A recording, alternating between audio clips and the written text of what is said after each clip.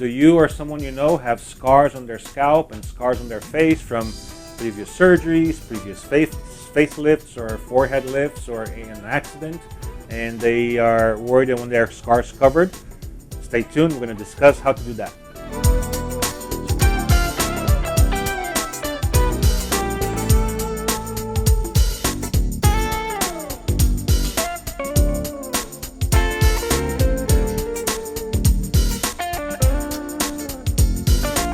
Hi there, welcome back to the channel. Hope you're doing great today.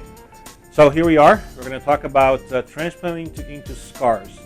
So a lot of patients that I see come to me because they've had a cosmetic procedure like a facelift or a forehead lift, or they had skin cancer in their face or their scalp, or they had an accident, a burn, or anything like that, and now they're scars that are pretty hard to hide.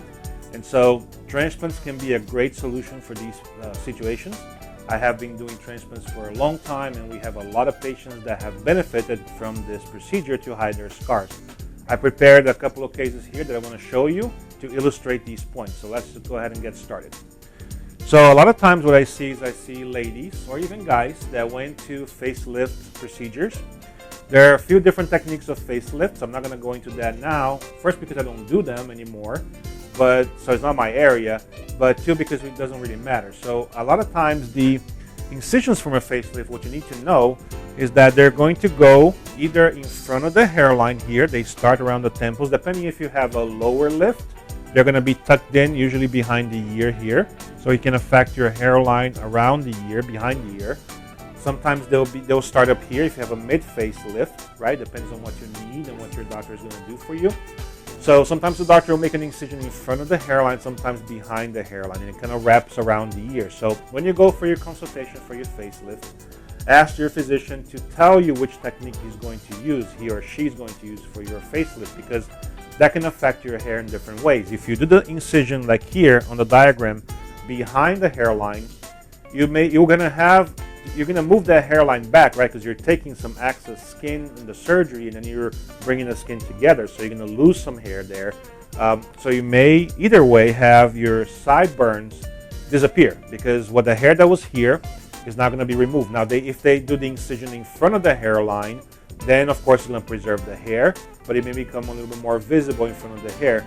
So that might need to be addressed with transplants. If you have the other technique like this that's behind and you lose your sideburns, it may not look that great not having the hair there, so we can transplant into that to reconstruct it.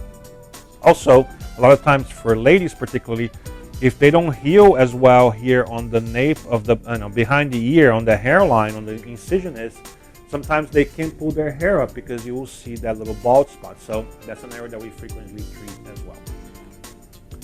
Another type of surgery that's very common to create scars is a forehead or a brow lift.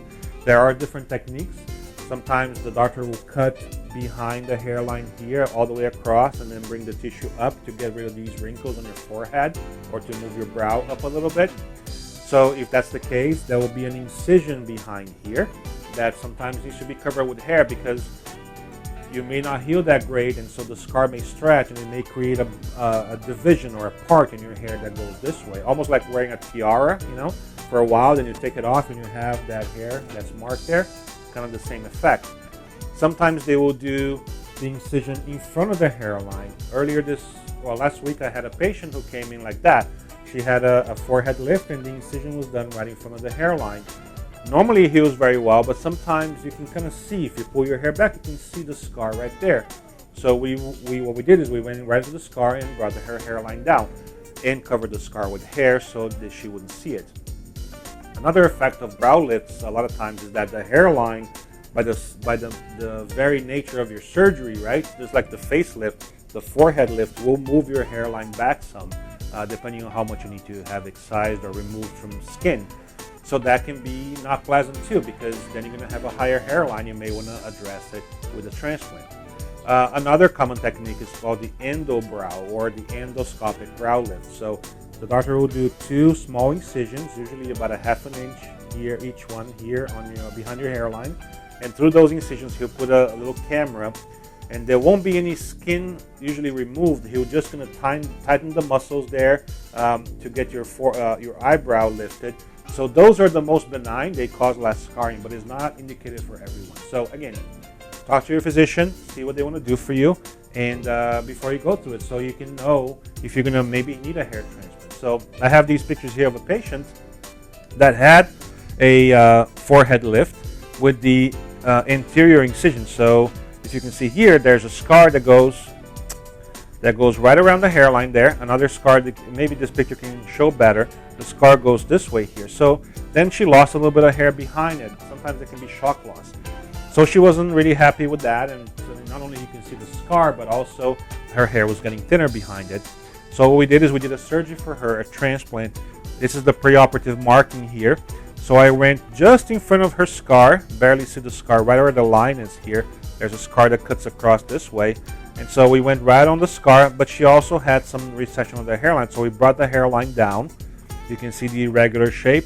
Interestingly, she had also a little deeper area of loss here. So we filled those in. That's her right after we did the transplants. So here you can see the little markings where the hairs are going to be inserted. This is before insertion of the hair. I had just finished making the markings. So right away you can see how the scar is pretty much going to be covered. And this is her before and after. So here to here, the scar is not visible anymore. She can cover very well and she can pull her hair back. So that's a very common thing that we do here at the office, and it can work really well.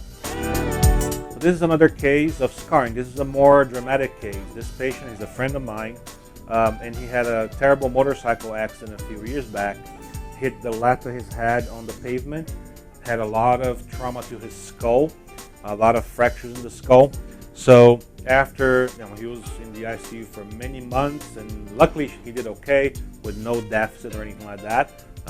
So he's fine now, but that caused a lot of surgeries to be done. And so the final reconstruction involved putting a plate of acrylic, of material similar to acrylic, because a lot of the bone fragments, they couldn't be put together in his skull. So the surgeons took it all out, allowed the brain to heal.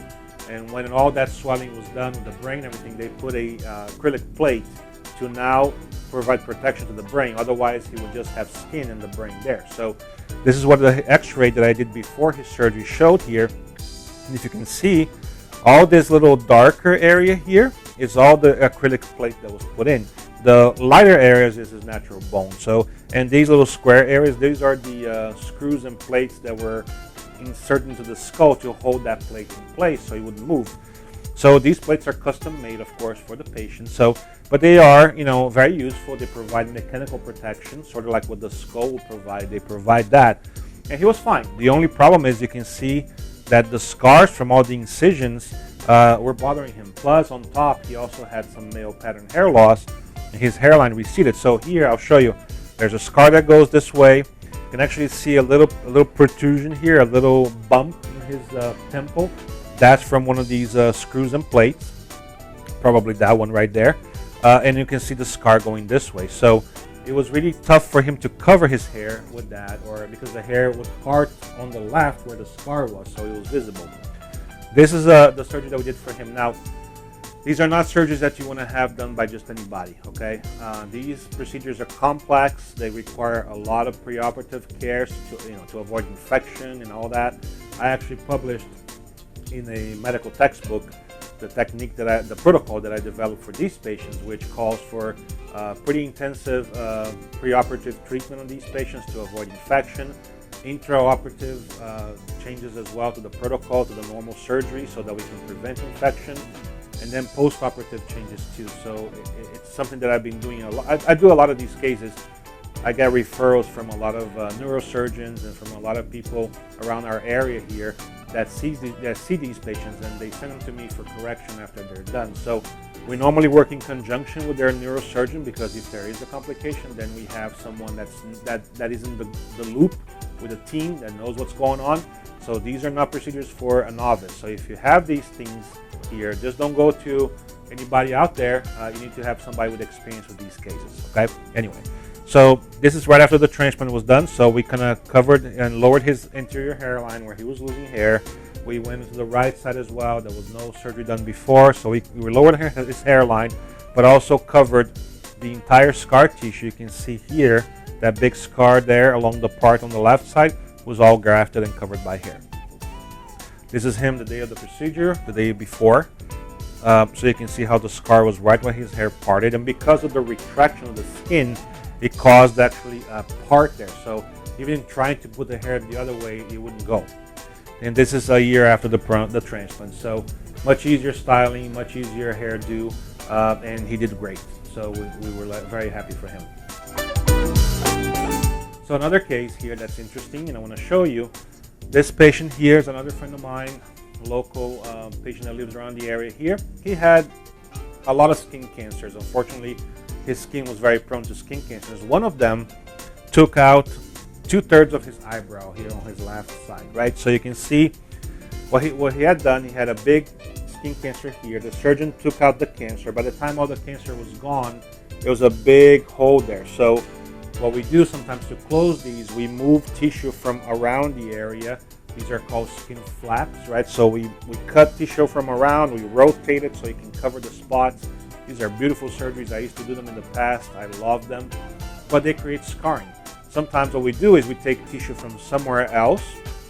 Sometimes we take a little piece of skin from like in front of the ear here, or sometimes even from other areas like the thigh, and then we do a skin graft. That means we take a piece of skin from somewhere else, we bring it in to cover that hole.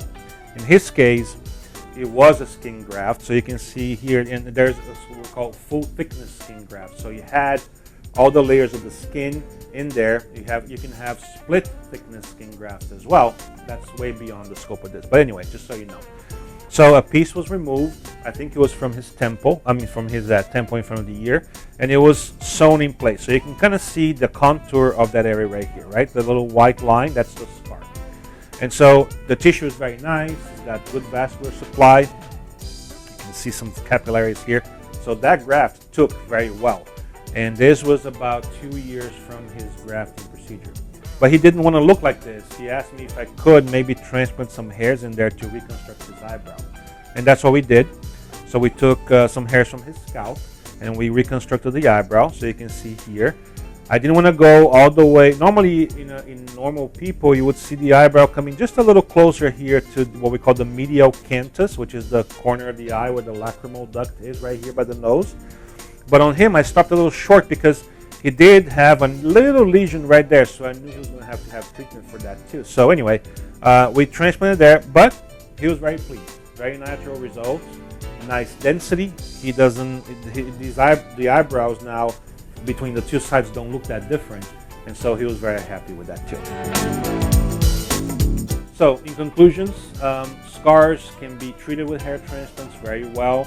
I didn't show here because I didn't want to make this video very long, but we have a lot of cases where patients had scars on their beard and we filled in with hair.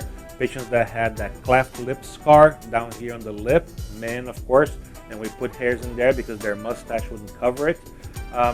All sorts of different scars from burns and from surgery and from falls. So if you or anyone you know have these issues and you wanted to do some coverage, you wanted to style your hair better, sometimes the scars are in your way, talk to us. I can give you some advice. I can draw a plan for you.